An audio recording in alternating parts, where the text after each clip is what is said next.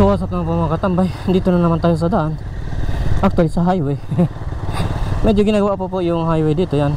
So nakita nyo, medyo one way pa siya. Okay, one way pa siya, kaya may nakabantay. May nakabantay doon sa kabila, may nakabantay doon sa kabila, para kung papasok halimbawa yung doon ay makaka-stop dito. By the way, tulad magkasabi ko ay ngayon lang tayo nakapasok kasi medyo busy po lately sa daming trabaho sa shop. Okay, maraming natin ginagawa sa shop. So anyway, palampasin lang natin itong mga truck. Kasunod tayo dito sa kotse. So ayun nga, ito na masabi ko, medyo ngayon lang tayo kasi busy nga. Okay, may tinatapas tayo ngayong project dito sa shop, kaya dali lang yan. Medyo maingay po yung ating motor ngayon kasi luma na yung tambuto. Nakalawang na ata yung tambuto. Pero yun na nga, sabi ko, ngayon lang tayo kasi nga marami tayong ginagawa or tinatapos doon sa shop, para ano yung tawag doon, may deliver na. Okay, para matapos na yun, may deliver na. Pinipintura lang naman yung Hilux. So anyway, October na po ngayon. Okay, 3 months na lang. Okay, 3 months na lang bago mag December, which means kailangan po natin gagawa ng vlogma. Okay, so mga hindi po nakakalam kung ano yung vlogma. Wala alam ko kung halimbawa kayo po ay vlogger, motovlogger or whatever, or may experience na pag-vlog, ay alam nyo kung ano yung vlogma, di ba? Ang vlogma po is basically yung 3 months. Okay, yung 3 months po na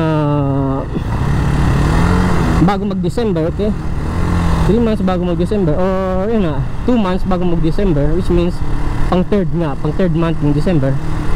Yun po tinatawag na vlogma. Basically ang gagawin mo is mag-vlog ka mula October hanggang December ng daily vlogs. Mag-upload tayo daily, which means kailangan natin mag-upload daily para sa vlogma. Well, meron pong anong tawag dito, meron pong dahilan doon. Okay, mayroon pong reason kung bakit nagva-vlogma ang mga vlogger or mga motovlogger ay nagva-vlogma po sa December, sa October hanggang December. Okay, kasi yun po ang months. Okay, mula October, November, December, yun po ang months na medyo mataba si Google, pati si Facebook or si YouTube. Okay, medyo mataba po yung bulsa nila kasi nga yung mga advertisement, napakarami po mga advertisers na ano yung tawag doon, maraming advertisers ang nag-aano sa kanila, nag-submit, okay, or nag-apply para sa advertisement kasi nga malapit na yung December, Christmas. So yun, marami ang nag-apply para sa advertisement, which means maraming pera si Google, maraming pera si YouTube, pati si Facebook. So kaya yung mga vloggers po ay nag-vlogma tuwing October, November, December. Daily vlogs po yan sila kasi nga napakaraming advertisement ngayong months na to. Okay, yun ang dahilan kung bakit nag-vlog mga vloggers, motovloggers or whatever, influencers, kasi maraming pera ang mga kumpanya social media company, napakaraming pera po sa mga months na to. Yun ang dahilan kung bakit nag-vlog mga vloggers. Anyway, kaya nga, yung pagkasabi ko, subukan natin din mag-vlog mula October hanggang December na. Okay, so medyo nakakapanibago itong motor. Alam talaga, hindi ako sanay na nakaboots kasi nga itong boots, kaboots po tayo ngayon, naka-riding boots tayo. So normally, nakikita nyo kung nag-vlog tayo ay naka-crocs lang tayo, di ba? So ngayon, nakabili tayo ng boots, ng riding boots, kaya every time na mag-vlog tayo ngayon ay naka-boots tayo. Okay, pangalang reason din po kung bakit nag-vlog tayo ngayon ay dahil sa weather. Tingnan nyo, makulimlim na naman. Kanina may araw, ngayon makulimlim na naman. Baka mamayang gabi or hapon uulan na naman yan. Kaya nagtitake advantage po tayo ng panahon. Okay, nagtitake advantage ng panahon para na sa ganun is magagawa tayo ng vlog. Kasi matagal-tagal na rin tayo hindi nakapag-vlog sa YouTube o kaya sa Facebook kasi nakakagawa naman ako ng reel. Okay, Facebook reel. Sa Facebook nakaka-post tayo doon. May bago po yung ating gloves. Okay, yeah, ibang design na naman. Tsaka ito po ay GP Pro ng ano to? Alpine Star. Okay, bago po yan. Ito, gamit ko lang ito. So yung green na gamit na natin, pati yung white na gamit na rin natin yun. So ito ay bago, ito ay yellow black. Ay bago pong kuha natin. Bagong gloves natin kaya. By the way, saan tayo ngayon? Punta ko tayo sa super highway. Puntahan natin yung ano yun? Puntahan natin yung Sunset View Deck. Gusto kong tumambay rin, sandali. Sana, okay, sana makaabot yung battery natin. Medyo malayo-layo din yun. Parang nasa 7 kilometers ata mula dito sa kinakatayuan natin o sa kinakatakbuhan natin ngayon. Kinakatakbuhan natin ngayon, di ba? So, around 7 kilometers. Hindi naman siguro abot ng 7 kilometers. Mga siguro, estimate ko lang, mga 4 kilometers at ang layo mula dito. Okay, mula dito. Kasi lampas pa yun sa super highway. Sa super highway lang yun. Super highway lang, tapos ito yung dadaanan natin. So yun, ito lang sabi ko, mag-vlog man po tayo. Subukan natin, mag-vlog ba? Sana kakayanan natin. Kasi lately ay medyo tinatamad ako.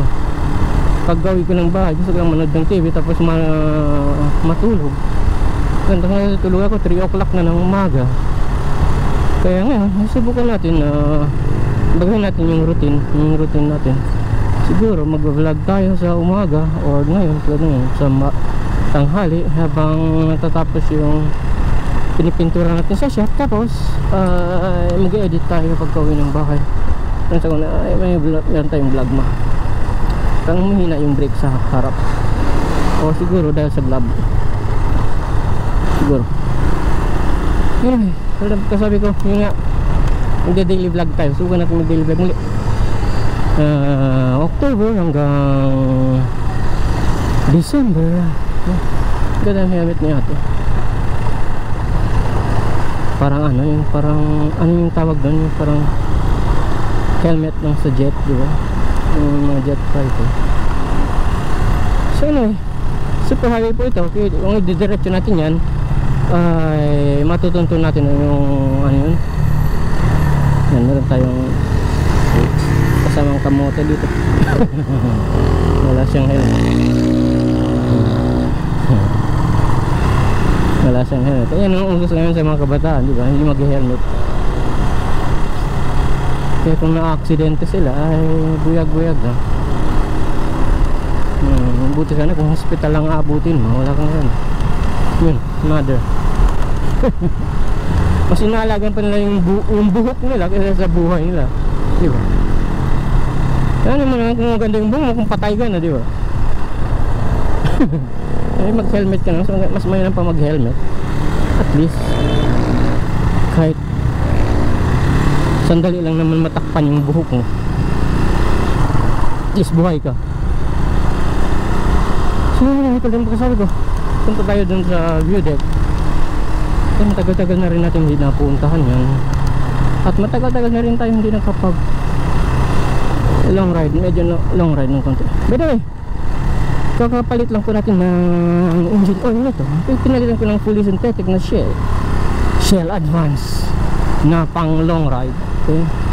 So ito pong motor, okay, itong motor, okay, wala po itong radiator, hindi siya water cooled or hindi siya liquid cooled. Kaya kung pangit yung oil na ilagay mo sa kanya, talagang madali siyang uminit. At isang sakit niya po, kung halimbawa nag-overheat to, hihinto lang siya ng kusa. Okay. Hinihinto siya kung mag-overheat. Pero maganda rin naman yun. Kung mag-overheat siya, hindi siya direct na mag-overheat talaga. Kasi hinihinto na lang yung makina. Parang magsisis siya. Nagsisis yung makina. Parang mag-block. Tapos kung palamigin mo, palagyan mo.